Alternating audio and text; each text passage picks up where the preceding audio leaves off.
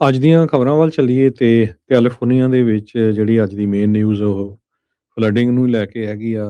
Flash flood, thunder storm, wind advisory, ਇਹ ਸਾਰਾ ਕੁਝ ਜਿਹੜਾ ਚੱਲ ਰਿਹਾ ਹੈਗਾ।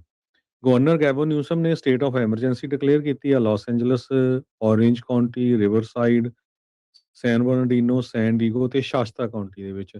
ਸ਼ਾਸਤਾ ਕਾਉਂਟੀ ਦੇ ਵਿੱਚ ਬਹੁਤ ਜ਼ਿਆਦਾ ਕਹਿੰਦੇ ਖਤਰਨਾਕ ਫਲੱਡ ਆਏ ਸੀ।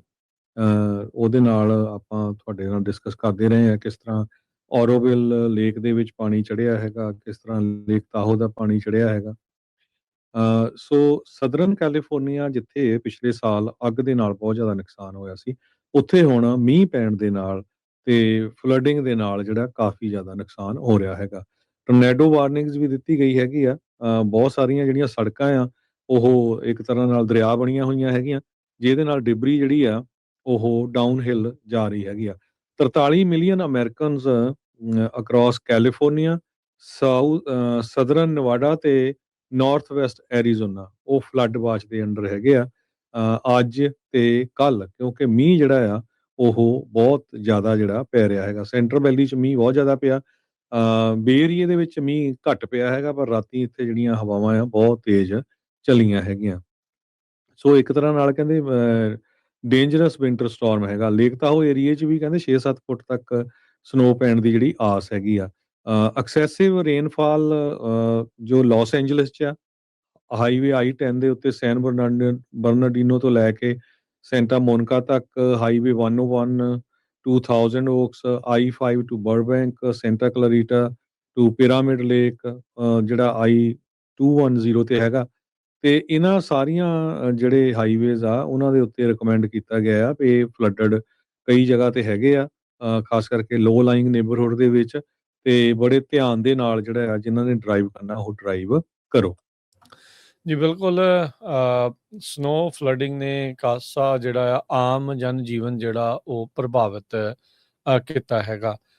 ਕੈਲੀਫੋਰਨੀਆ ਦੇ ਵਿੱਚ ਜਿੱਥੇ ਫਲੱਡ ਆ ਉੱਥੇ ਨਿਊ ਇੰਗਲੈਂਡ ਵਾਲੇ ਪਾਸੇ ਮੁਲਕ ਦੇ ਦੂਜੇ ਹਿੱਸੇ ਦੇ ਵਿੱਚ ਭਾਰੀ ਜਿਹੜੀ ਬਰਫ਼ਬਾਰੀ ਆ ਉਸ ਦੇ ਕਰਕੇ ਕਹਿੰਦੇ ਵੀ ਕ੍ਰਿਸਮਸ ਦਾ ਟਰੈਵਲ ਆ ਉਸ ਵਿੱਚ ਵੀ ਵਿਘਨ ਪਿਆ ਆ। ਸਾਊਥ ਈਸਟ ਦੇ ਵਿੱਚ ਉੱਦਾਂ ਧੁੱਪ ਜਿਹੜੀ ਉਹ ਰਹਿਣੀ ਸੀਗੀ, ਉਹਦਾ ਜਿਹੜਾ ਉਹ ਫਾਇਦਾ ਰਹਿਣਾ ਸੀ।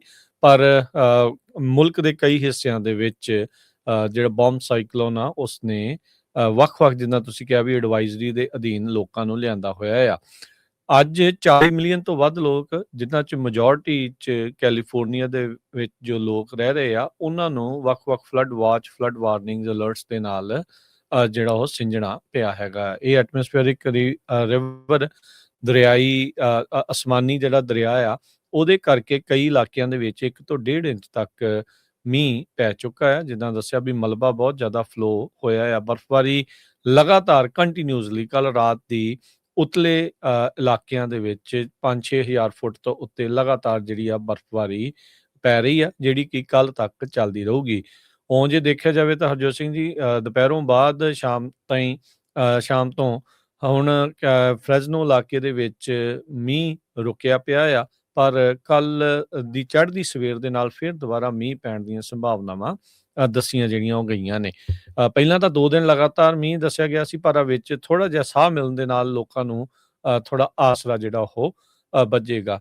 ਓਵਰਆਲ ਕੱਲ ਹਰਜੋਤ ਸਿੰਘ ਜੀ, ਕਿਉਂਕਿ ਕ੍ਰਿਸਮਸ ਦਾ ਦਿਨ ਆ, ਤਕਰੀਬਨ ਸਾਰੇ ਥਾਵਾਂ ਦੇ ਉੱਤੇ ਛੁੱਟੀ ਆ, ਘੱਟ ਲੋਕ ਆਵਾਜਾਈ ਕਰਦੇ ਆ, ਪਰ ਪਰਿਵਾਰ ਇੱਕ ਦੂਜੇ ਨੂੰ ਮਿਲਣ ਦੇ ਲਈ ਆਉਂਦੇ ਜਾਂਦੇ ਜਿਹੜੇ ਉਹ ਰਹਿੰਦੇ ਆ। ਸੋ ਉਸ ਚੀਜ਼ ਦਾ ਜਿਹੜਾ ਵਿਸ਼ੇਸ਼ ਧਿਆਨ ਜ਼ਰੂਰ ਜਿਹੜਾ ਰੱਖਿਆ ਜਾਵੇ।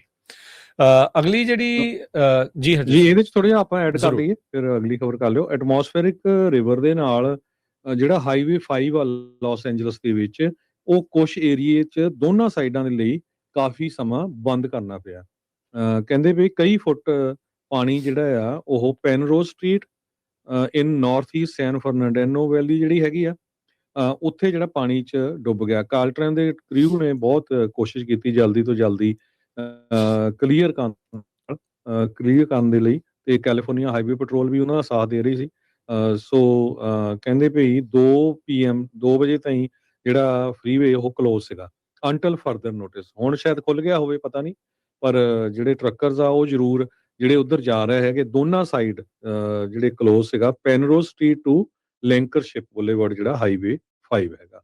ਨੈਸ਼ਨਲ ਵੈਦਰ ਸਰਵਿਸ 4 ਤੋਂ 7 ਇੰਚ ਰੇਨ ਜਿਹੜੀ ਆ ਉਹ ਫੋਰਕਾਸਟ ਕਰ ਰਹੀ ਆ ਇਹਨਾਂ ਏਰੀਆ ਦੇ ਵਿੱਚ। ਜੀ, ਬਿਲਕੁਲ ਹਰਜੋਤ ਸਿੰਘ ਜੀ, ਕਈ ਥਾਵਾਂ ਦੇ ਉੱਤੇ ਬਿਜਲੀ ਜਿਹੜੀ ਉਹ ਗੁੱਲ ਹੋਈ ਆ। ਬਹੁਤ ਸਾਰੇ ਜਿਹੜੇ ਫਰੀਵੇ ਜਿੱਦਾਂ ਤੁਸੀਂ ਦੱਸਿਆ ਵੀ ਉਹ ਬੰਦ ਕਰਨੇ ਪਏ ਕਿਉਂਕਿ ਪਾਣੀ ਦੀ ਨਿਕਾਸੀ ਨਹੀਂ ਹੋਈ ਤੇ ਪਾਣੀ ਇਕੱਠਾ ਜਮ੍ਹਾਂ ਹੁੰਦਾ ਰਿਹਾ। ਫਰੈਜ਼ਨੋ ਦੇ 에ਅਰਪੋਰਟ ਦੇ ਨਜ਼ਦੀਕ ਮਕਿਨਲੀ ਰੋਡ ਦੇ ਉੱਤੇ ਵੀ ਇਹੀ ਨਿਕਾਸੀ ਦੀ ਪ੍ਰੋਬਲਮ ਕਰਕੇ ਆਵਾਜਾਈ ਇੱਕ ਪਾਸੇ ਜਿਹੜੀ ਉਹ ਠੱਪ ਕਈ ਘੰਟੇ ਜਿਹੜੀ ਉਹ ਰਹੀ। ਫਿਰ ਪਾਣੀ ਜਦੋਂ ਨਿਕਲਿਆ ਫਿਰ ਦੁਬਾਰਾ ਉੱਥੇ ਆਵਾਜਾਈ ਜਿਹੜੀ ਉਹ ਚੱਲੀ।